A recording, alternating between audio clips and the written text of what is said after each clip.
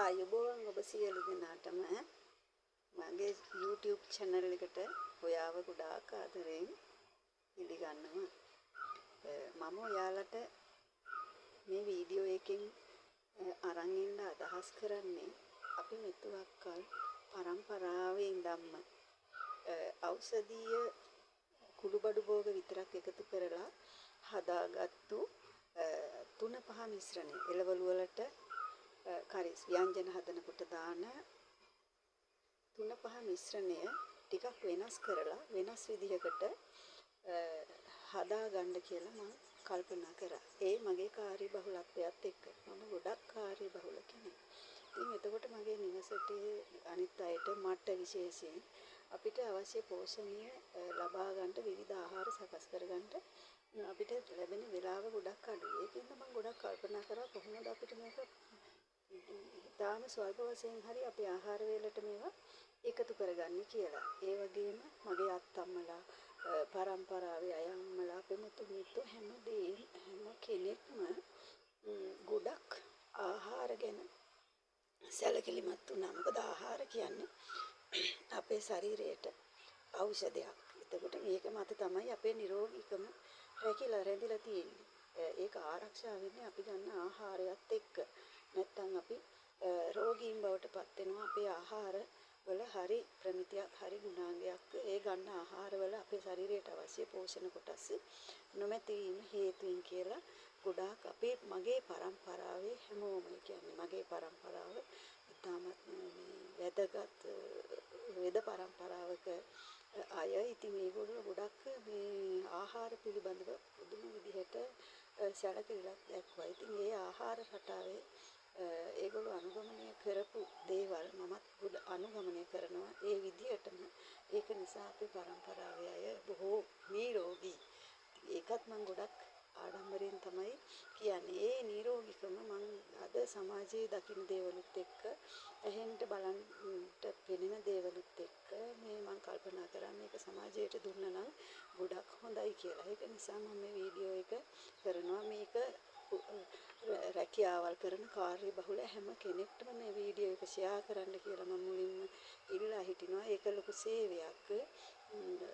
මොකද කාර්යබහුල හැම කෙනෙක්ම හොයනවා තමන් කොහොමද තමන්ගේ ආහාර වේල පෝෂණීය විදිහට හරි ගස්සගන්නේ කියලා. ඉතින් එතකොට මම මේ පෝෂණ ඖෂධීය ගුණයක් සමග පෝෂණීය ගුණයක් ඒ කියන්නේ මේ තුන පහ වලට මම අගයක් එකතු කළා. වටිනාකමක් එකතු කරලා හදාගත්තා. මේක තමයි මම පාවිච්චි කරන්නේ. ඉතින් ඒක ඕගොල්ලෝ හදලා බලන්න. මේ මම පොඩි ප්‍රමාණයකින් ගත්තේ. මේකට අරන් මේ මම හදලා තියෙන මගේ තුන පහ මිශ්‍රණය මේකට පෝෂණීය අගය එකතු කරලා තියෙනවා. ඒ අගය එකතු කරන්න අපි බලමු මොනවද අපි ගත්තේ කියලා, කොහොමද මේක හදාගත්තේ කියලා. මම මේ ගත්ත ප්‍රමාණ වලින් ටික ටික තමයි අරන් තියෙන්නේ. මම නම් මේවා වැඩිපුර ටිකක් හදා ගන්නවා මාස 5කට ඇති වෙන්න එකවරම. බලමු ඔබට මේක කොහොමද හදාගන්න මම අද කියලා දෙනවා හදාගන්න විදිහ. මුලින්ම කොත්තමල්ලි ග්‍රෑම් 100ක් ගත්තා. කොත්තමල්ලි ග්‍රෑම් 100යි. මෙතන 100ක් තියෙනවා. ඔබට අවශ්‍ය ප්‍රමාණය ගත්ත හැකි. මෙතන තියෙනවා සූදුරු ග්‍රෑම් 50ක්. උළුහාල් ග්‍රෑම් 100ක් තියෙනවා. මාදුරු ග්‍රෑම් 50යි. ඊට පස්සේ මේ රම්පේ මගේ වත්තේ තියෙනවා රම්පේ. මම කඩෙන් ගන්නෙ නැහැ. ඉතින් එතකොට මේ රම්පේ මම අවුවේ වෙරලා තමයි මේ අරන් තියෙන්නේ. රම්පේ කොළ රම්පේ පන්දරෙන් ඉතින් රම්පේ කොළ 15කට විතර වගේ ප්‍රමාණයක් අරගෙන පොඩියට කපලා මේවා මම මේ අවුවේ දාලා එක දවසින් වේලා ගත්තා. මේ දවස්වල හොඳට අවුව තියෙනවනේ. ඉතින් එතකොට මේ අවුවේ වේරලා තමයි මේ ටික මේ තියෙන්නේ. ඒවයි මොකුත් කරන්න ඕනේ නැහැ. ඊට පස්සේ මේ කරපිංචත් එහෙමයි. කරපිංච ටිකත් මගේ වත්තෙන් කඩාගත්ත දේවල්. මේවා මේක අවුවේ වේලලා එක දවසින් තමයි මේ ටික වේලගත්තේ. මේක හොඳට කර වෙලා තියෙන්නේ. දාලා අඹර ගන්න විතරයි තියෙන්නේ. එකක් තව දෙයක් තමයි හොඳට මතක තියාගන්න ඕනේ. දැන් මේ උඩුහාල් ගත්තොත් මේ උඩුහාල් යම් පමණකට මේවා බැදලා තියෙන්නේ. මේ හැම එකක්ම බැදලා කිව්වට මේක ලොකුවට බදින්නේ නැහැ. තාච්චියට රත් වෙන තාච්චියට මේක දැන් මම නම් මේවා දරලිපේ තමයි සකස් කරගත්තේ. බැදලා තියෙන්නේ මේක. එතකොට මේක මේ බදිනකොට තාච්චියට දාලා 3-4 වතාවක් ඇට පුටු පුටු ගාලා පුපුරනවා. එතකොට ඇට 3-4ක් 5ක් විතර වගේ පුපුරනකොට අනිවාර්යයෙන් මේක ඉක්මනින්ම බිමට ගන්න ඕනේ. නැත්නම් වැඩිපුර මේ වෙනවා මේ හොඳ සුවඳක් එනවා. සුවඳ අහලා බලන්න. එතකොට ඒක අනිවාර්යෙන් ගන්න ඕනේ. අනිවාර්යෙන් මම දැකලා තියෙනවා ගොඩාක් දෙනෙක්ගේ ආහාර රසවත් වෙන්නේ නැත්තේ මේවා අමුයෙන් දානවා. මේවා අමුයෙන් දාන්නේ අපේ අම්මලා, අපේ අත්තම්මලා, අපේ ඔක්කිරි අම්මලා හැම කෙනෙක්ම උඩුහාල් ගෙදරට ගෙනාපු ගමන් මම දැක්ක දේ තමයි පුංචි කාලේ ඉඳන්ම ඒක ඉස්සෙල්ලා හොඳට සෝදලා කරලා වේලලා මේක බැදලා තමයි බෝතලෙට දාලා තියාගන්නේ. බැදලා අමුයෙන් දාන්නේ. අමුයෙන් දැම්මහම මේකේ රස සුවඳක් එන්නේ නැහැ. ඒක නිසා උඩුහාල් හැම වෙලාවෙම අපි පාවිච්චි කරනවා. අනිවාර්යයෙන් මේක බැදලා තියාගන්න ඕනේ. ඕගොල්ලෝ රසවත් ආහාර රසවත් කරන්න මේ උත්සාහ දරනවා නම් ඒවා සුවඳට තියෙන්න. ඊට පස්සේ මේ කොත්තමල්ලිත් එහෙමයි. කොත්තමල්ලි ටිකක් මේ නිකන් අමුයෙන් ගන්න අපි කවදාකවත් එළවලු වලට දාන්න කියලා 3-5 මේ ගන්න මේ දේවල් මේ අමුයෙන් ගන්නෙ නැහැ. අමු 3-5 කියලා සමහර පාවිච්චි කරන්නේ නැහැ. ඒක අමු වුණොත් ඒකේ රසය එන්නේ නැහැ. මේක බදිනවා කියලා ගොඩාක් නෙවෙයි. මේක තාච්චියට දැම්ම ගමම්ම චුටු චුටු ගාලා චූටි සද්දයක් එනවා. එතකොට ඒ එක්කම බිමට ගන්න ඕනේ. මේක ලොකු ගින්දරකට එච්චර වරුත්තු දෙන්නේ නැහැ. රත් තුන තාච්චියට දැම්ම ගමන් සද්දයක් එනවා. සද්දේ එනකොටම බිමට අරන් බිමදි තමයි මේක මෙහෙ අර කබලේ කාල් ගාලා මේක රත් කරලා ගන්න අපි හදාගන්නේ එහෙම. මේ දුරුත් එහෙමයි. දුරුත් දැම්ම ගමම්ම රත් වෙන කබලට මේ ඉක්මනින්ම මේක සද්දයක් ඇහෙනවා. එතකොටම මේක බිම දාලා බිමදී තමයි මේක ලිපේ තියලා නෙවෙයි හදාගන්නේ. ඊට පස්සේ මේ මහදුරු එකත් එහෙමයි.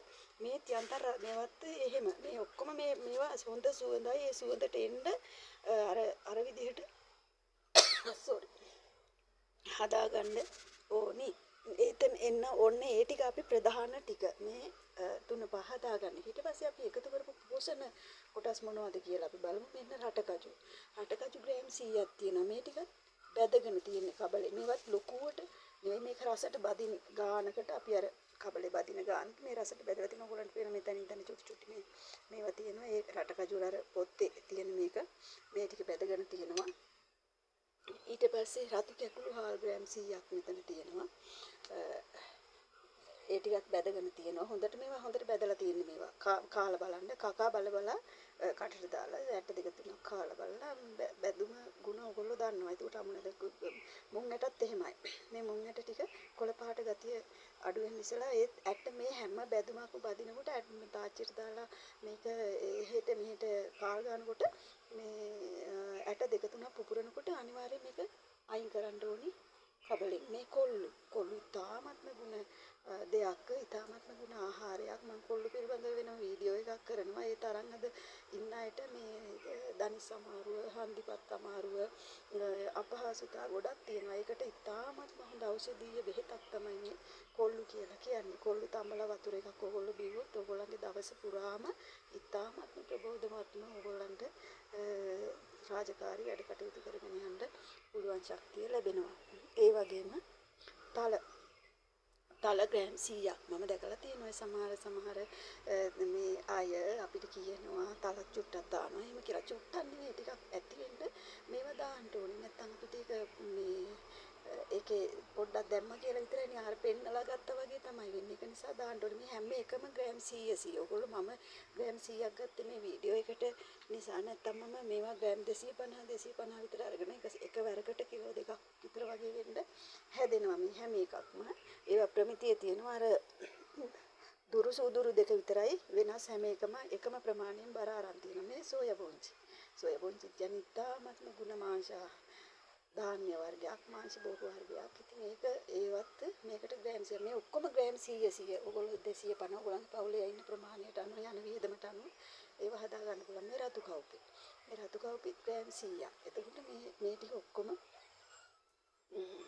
අපි එකට මිශ්‍ර කරලා මේ තමයි අපි ගන්න ඕන. දැන් මේ ටික ඔක්කොම අරගෙන ඉවර වෙලා අපි ඉතාමත්ම මේ ඒ ටික ඒ සියල්ල මේකට කලවම් කරලා ඉවර වෙලා බ්ලෙන්ඩර් එකේ දාලා අඹර ගන්නවා. හැබැයි අඹර ගන්නකොට හොඳට මතක තියාගන්න ඕනේ මෙන්න මේ තියෙනවා මේකේ මෙන්න මේවා හලන්න එපා. මේක මේ ආයේ පෙනේර එක දාලා මේක හලන්න එපා. මේකේ මේ ගානට තිබ්බහම තමයි එළවලු අපි උයන ව්‍යාංජන රසවත් වෙන්නේ. මේක පවුඩර් වෙන්න මේක තව ටිකක් සියුම් මේ දැන් හොඳටම සියුම් තියෙන්නේ. මේකේ මේ ඔක්කොම මේ ධාන්‍ය වර්ග ටිකයි මේ 3-5 ටිකයි දාලා අඹරලා මේක හරිම සුවඳයි. මේ පලාතම මුළු ගෙදරම සුවඳයි මේක හදන වෙලාවට.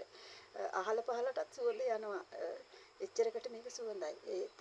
ඒ මොකද මේවා ඔක්කොම ඒ සුවඳ එන විදිහට තමයි හදලා තියෙන්නේ. කිසිම රසකාරකයක් මේකේ දාලා නැතුව අපේ පරම්පරාවේ තියෙන සෞඛ්‍යමත් ඒ රස ගුණය මතු කරගන්න තමයි අර රත් කර ගන්න. ඉතින් එතකොට ඒවා ඒ අරගෙන තමයි මේක හදලා තියෙන්නේ. මේක සියුම් වෙන්න මේකේ තියෙන මේ අර සුවඳවත් බව සහ මේකේ ගුණය වාතයට මිශ්‍ර වෙන ප්‍රමාණය වැඩි වෙනවනේ. එතකොට ඒක නිසා මේක සියුම් වෙන්න මේකේ ගුණයත් අඩු වෙලා යනවා. එතකොට රසයත් අඩු වෙලා යනවා. මේ රස ඔක්කොම රැඳිලා තියෙනවා. මේක මෙන්න මේ ප්‍රමාණයෙන් තියෙනවා. මේක පෙනේරයක දාලා හලන්න එපා. මේ ඊටාත්ම සියුම් මේක ඔයගොල්ලෝ හදලා ඉස්සෙල්ලා බලන්න ඊටාත්ම රසට ඔයගොල්ලන්ට ව්‍යංජන හදාගන්න මේක හදාගන්න. ඒ වගේම පොඩි දරුවෝ ඉන්න අයට සහ ළමයි හම්බෙන්නේ අම්මලා රෝගීන් මේ හැමෝටම මේ 3-5 දාලා එළවලු සකස් කරගන්න. මේක ධම්ම කියලා වැඩිපුර දාන්න අවශ්‍යතාවයකුත් නැහැ. ටිකක් ඒ සාමාන්‍ය ගන්න තමයි. හිතන්නකෝ අපි දැන් 5 දෙනෙක් ඉන්න ගෙදරකට මොනවා හරි එකට 3-5 කුඩු තේ හැඳි දෙකක් දානවා නම් මේ හැම පෝෂණ කොටසක් මේකට එකතු වෙලා තියෙන්නේ. ඉතින් අන්න ඒ ආකාරයට තමයි අපි මේක හදාගන්නේ. මම හිතනවා ඔයගොල්ලෝ මේ ක්‍රමයට හදාගෙන ඔයගොල්ලොත් නිරෝගීවත් ජීවිත ගත කරන්න අවශ්‍ය කුස්සියේ තියෙන ඖෂධ ගබඩාව ප්‍රයෝජනයට ගනී කියලා. ඉතින් මේ වීඩියෝ එකට ඔයගොල්ලෝ මේකේ අදහස් දක්වලා මට මේ කමෙන්ට් කරන්න. අපේ channel එක subscribe කරලා තියාගන්න. bell icon එක touch කරලා තියාගන්න. හේතුව මම ගොඩක් ඉස්සරහට අපේ ගමේ මේ වටිනා ගමක ඉතාමත් හොඳ ආහාර තියෙනවා. මම ඒවා දකින්නේ මේ YouTube නාලිකාවේවත් මම ඒවා ඔයගොල්ලන්ට සෞඛ්‍ය සම්පන්න ඒ ආහාර සකස් කරගන්නේ කොහොමද කියලා ගොඩක් වීඩියෝ කරන්න ඉස්සරහදී බලාපොරොත්තු වෙනවා. ඒක නිසා මේ ගැන අවධානයෙන් ඔයගොල්ලෝ ඉඳලා ඒවා ප්‍රයෝජනෙට අරගෙන වැඩි වියදමක් කරන්නෙත් නැතුව අපිට නිරෝගීව ඉන්න පුළුවන් විදිහ අපේ ගමේ අපේ පරම්පරාවේ තිබුණ ඒ සංස්කෘතික ආහාර රටාව ගෙනියන්න මම ඉස්සරහට බලාපොරොත්තු වෙනවා. ඉතින් ඔබට සුබ දවසක්. ස්තුතියි සියලු දෙනාටම. ආදරේ ගොඩක්.